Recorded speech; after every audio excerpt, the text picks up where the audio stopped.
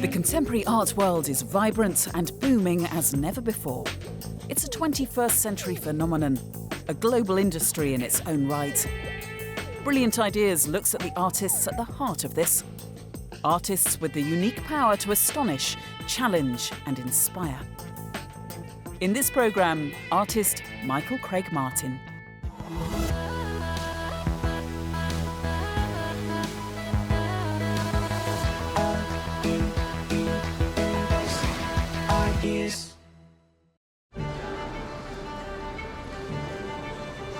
Michael Craig Martin has always been a radical. In the 1960s and 70s, he was at the vanguard of conceptual art in Britain. In the 80s and 90s, he nurtured a whole generation of rebellious young artists known as the YBAs, who went on to change the face of contemporary art. Why are you doing this to me, Mark? This is the kind of thing that complete strangers do that is really irritating. I don't think you can underestimate Michael's power as an educator. I think that was really what propelled us all to stardom and gave us the energy to, do it our way. Further back you put it, the smaller it gets. But I think this looks good. Today, he's celebrated around the world for his vibrant and distinctive work, from drawings and paintings to sculptures and installations that challenge the way we see the world around us. First impressions of Michael Craig Martin's work is the incredible vibrancy of the colour. He has a real signature style. You know a Michael Craig Martin as soon as you see one. Multiplicity sums up what Michael is, really. His elusiveness is part of his strength. He's inexhaustible, really. He's a kind of pioneering American, Irish, British conceptual artist. But actually he's many other things too. He's a mentor, he's a curator, he's a teacher, and I think that's what makes him very, very important. I look at my own work and I know that I couldn't possibly do what I do now. It may, in a certain sense, look quite simple, but I could never have done it if I hadn't spent the last 50 years getting ready to do it. One of art's most original thinkers, he recently published a book on being an artist, in which he reflects on his remarkable life and what it takes to make art.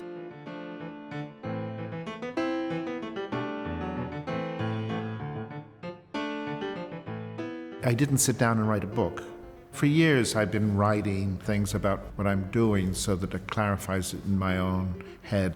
Notes to myself where I've thought that I've lived through something important. A lot of it came out of teaching and my desire to be able to speak to students clearly about things.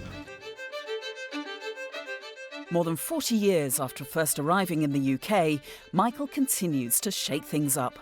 In 2015, he gave a new lease of life to the oldest open art show in the world, the Royal Academy Summer Exhibition. There's no doubt that the summer exhibition is extraordinarily eccentrically British. It's the equivalent of Wimbledon or the boat race. But there's a possibility of it redefining its place as an art event in Britain. So how did this Anglo-Irish-American maverick come to be at the heart of British culture? Born in Dublin in 1941, the son of Irish Catholics, at the age of 4, Michael moved with his family to Washington, D.C., where he was brought up and educated. I grew up essentially as an American child. I was very interested in cars when they had fins, and I knew every car, I knew every model. I like the look of the modern world. My first experience of works of art was actually in my local church. There were stained glass windows and there were statues of the saints and there were paintings behind the altar. In the early 1960s, Michael attended Yale School of Art and Architecture. It was a period of dramatic change and new artistic movements, from op and pop art to minimalism. The whole of the art world, the whole nature of what art was and what you could do was changing. As students, we used to go at least once a month down to New York, and it was possible to drive there quite easily. I was immediately taken by the idea of people doing radical and wayward things. He was so lucky to be able to go to New York as a student and find these amazing movements in art, one after another, which made the New York art scene the center of the world. There were so many processes, so many materials, so many things that had never been tried. Every time you went to New York, there was another amazing exhibition. It was a really extraordinary time. In 1966, Michael returned to Britain. I had always nurtured an idea that there was this other life I had been meant to have, most likely in London. I wondered what it would be like. Like many artists of his generation, he combined his career with teaching. I had a wife and small child, and I needed to be able to make a living. So I thought the only way to do that was to find a teaching job in an art school. After writing to several, he eventually took up a post at Bath Academy of Art. The first thing that struck me when I came to Britain was there were very few galleries. So the art schools themselves compensated for the art world that was not there. It was an amazing situation of this kind of cocoon of very high achievement, but with no outlet. Michael came over to England at a very interesting time because there was a huge rebellion going on amongst the art student generation who were just asking all sorts of difficult questions. What happens in that time is really very, very important because all of the props of authority in virtually every field are being knocked away. By 1972, a whole generation were coming together called the New Art. You might have called it conceptual art, but in a way the word conceptual doesn't really begin to convey what was going on, because what they were doing was, of course, using all sorts of different materials, different modus operandi. And I think Michael was able to benefit from that, but at the same time to analyze it in that way that he has, to be quite philosophical about it.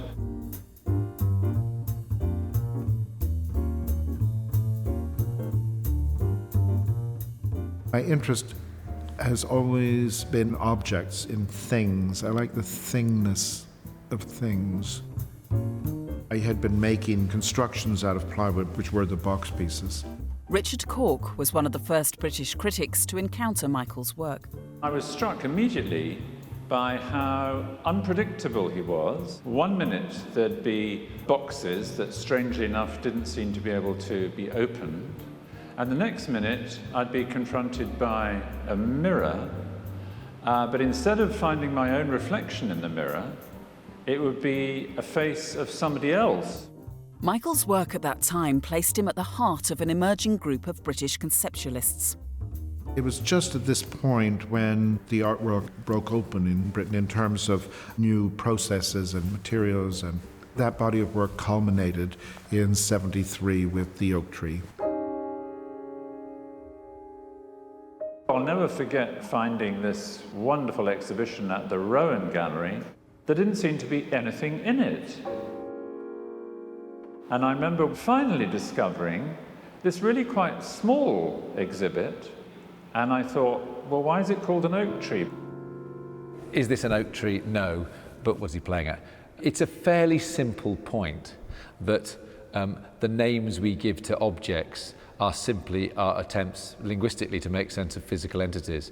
And it doesn't alter the physical nature of something if you change its name, but it changes fundamentally our perception. So it's playing that philosophical linguistic game about object and naming and perception. In that period, there was a lot of speculation about what is the nature of art. And the oak tree was my attempt to answer the question. I had the idea, which I wouldn't have had if I hadn't grown up as a Catholic, where I was aware of transubstantiation, where something is profoundly changed without changing its appearance. And that became the basis of the idea that this was, in a way, the most profound change of all, was a change you couldn't see. And then I came up with this idea of a discourse, which is in the text. There's a skeptic and a believer. There's many ways of seeing this discourse. This provocative statement about the nature of art and perception enraged some viewers.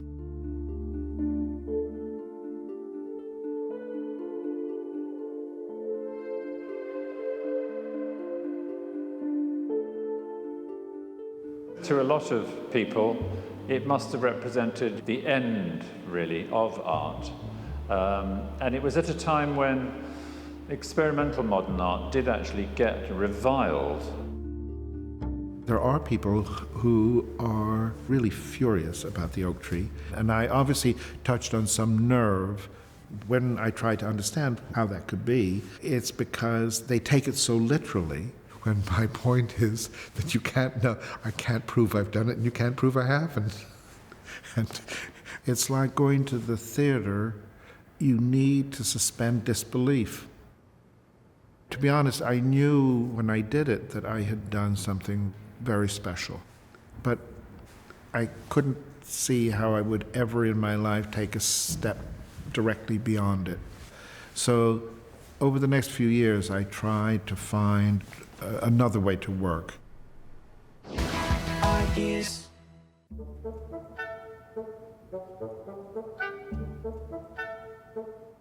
After the overwhelming reaction to his pioneering oak tree, Michael decided to push his ideas about representation even further.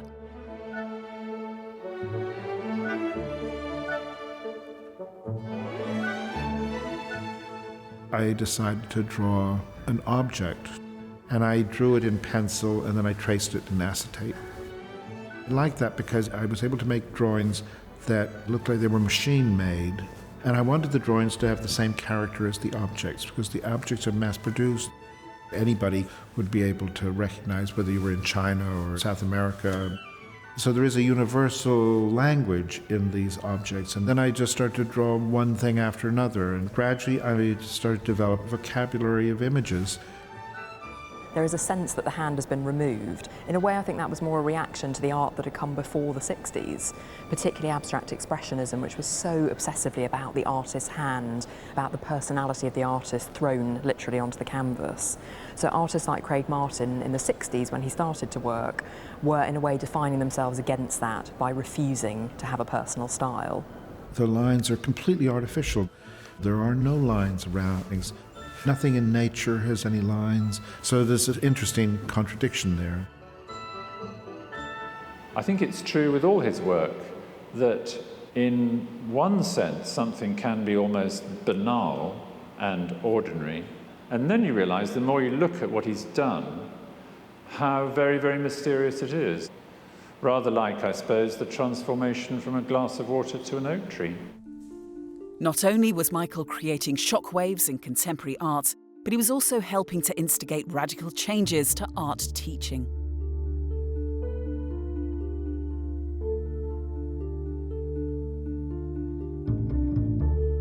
In the late 1970s, he joined Goldsmiths College in London, where he became part of a progressive faculty of teachers. There, in the 80s and 90s, he went on to nurture an extraordinary generation of young British artists. Give us a tenner. I ain't got any money, I'm skinned completely. Okay.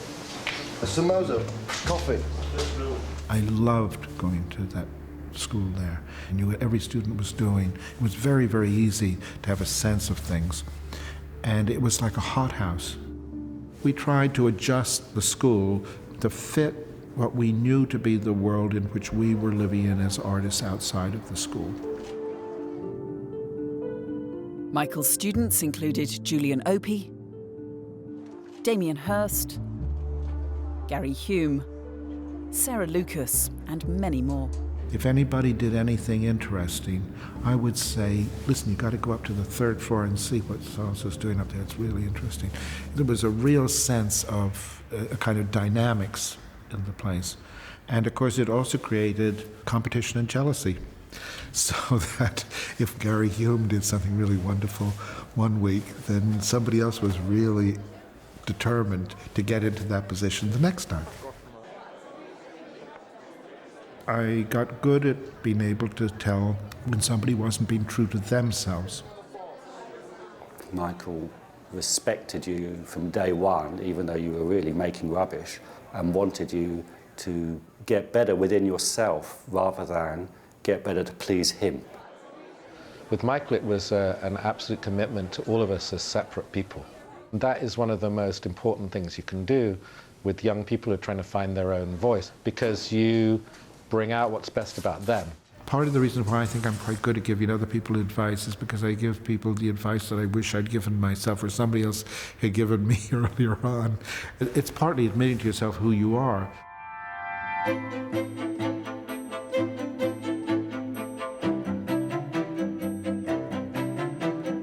Many of Michael's students went on to dominate contemporary art around the world. He made us as students, and all the students he taught, see themselves as artists very quickly and not as students who were going to then become artists. Everything has changed so much since the early 90s. Contemporary art has gone from being a marginal concern. It was generally dismissed by most people. Now it's become the source of enormous financial speculation.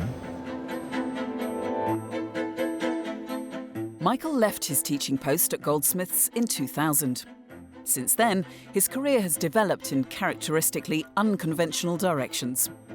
Recently, he's taken his work to some of the grandest and most historic locations in England.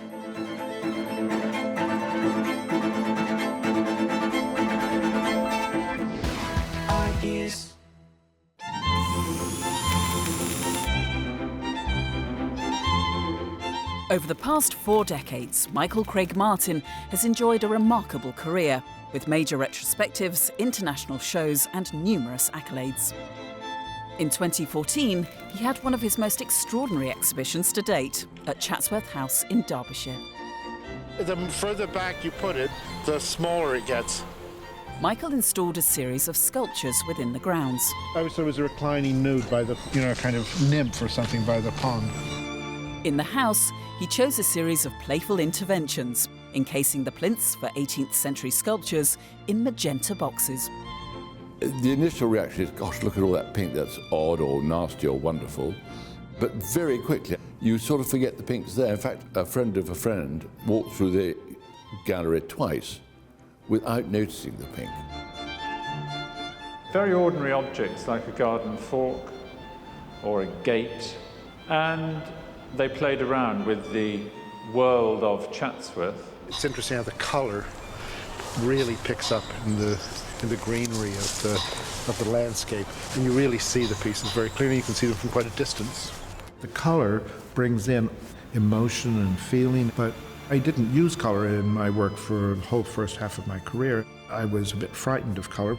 Then I discovered that as soon as I had no intention of making them naturalistic, then there was enormous freedom about what to do. Colour is hugely important to him. I mean, really one of the defining features of his work. It's garish, shouty, loud, poppy, very, very modern colour. A lot of it seems to me, is shaking us out of our inability to see the objects as quite extraordinary, because by making them extraordinary through colour, we are forced to look at them afresh.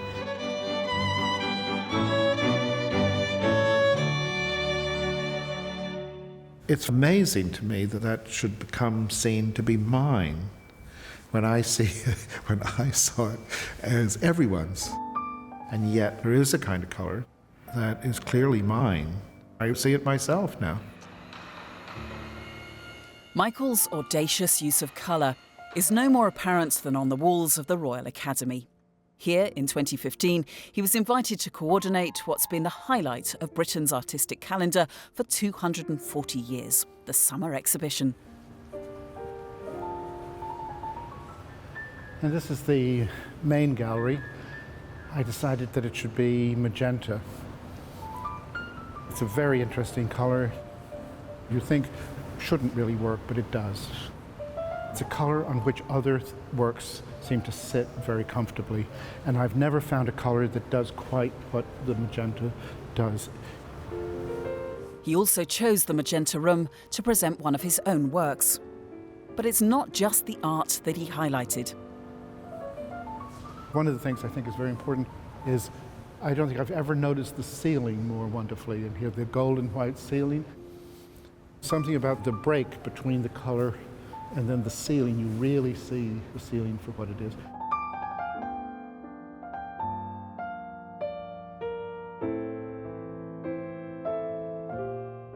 He now has a great grasp of colour. He has a beautiful sense of linearity, elegance and design. I can't think of an artist who can look as good in the beautiful Baroque and neoclassical confines of Chatsworth and on the walls of a white cubed space in different but equally powerful ways. With one of the busiest years on record, Michael continues to be as engaged and imaginative as ever. Now I'm in my 70s, I realize that one of the hardest things about being an artist is to sustain a creative life over a lifetime. The art world can be very cruel because you can find yourself at the center of attention for a decade and then suddenly be frozen out completely for another decade. And you have to be able to weather those kinds of things. I keep going because I'm not at all bored with what I do, or I'm not tired of it, but I've never had a feeling that I've done what I set out to do. That does help keep me going.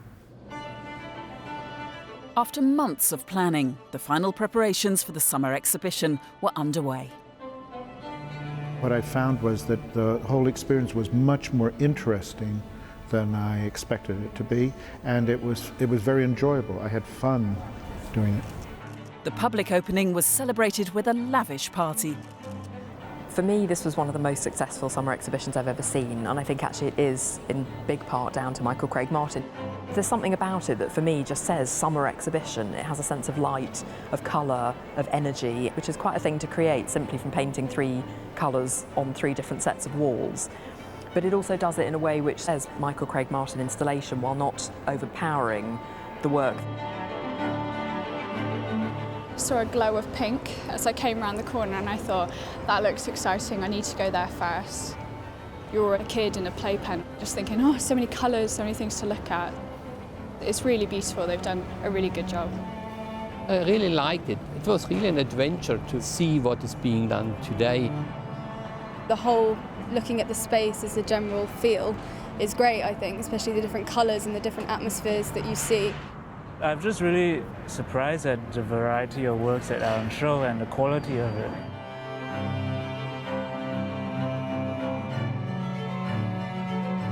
Artist, mentor, curator, writer, Michael Craig Martin is a man of many parts. Famed for his quirky yet deeply philosophical works, he continues to inspire us to open our eyes to the wonder in the everyday. He's hugely successful and probably one of the greatest living English artists that there is, but he always says to me, he's so lucky to live life doing this. What is his legacy? I think a man of very great generous spirit, a man whose influence will be rolled out in British cultural life and amongst visual culture in Britain for quite a few decades to come. I don't believe that you can plan things. If you had told me, 30, 40 years ago that I would be still doing work using the same drawings that I did in 1978, I would have thought you were out of your mind.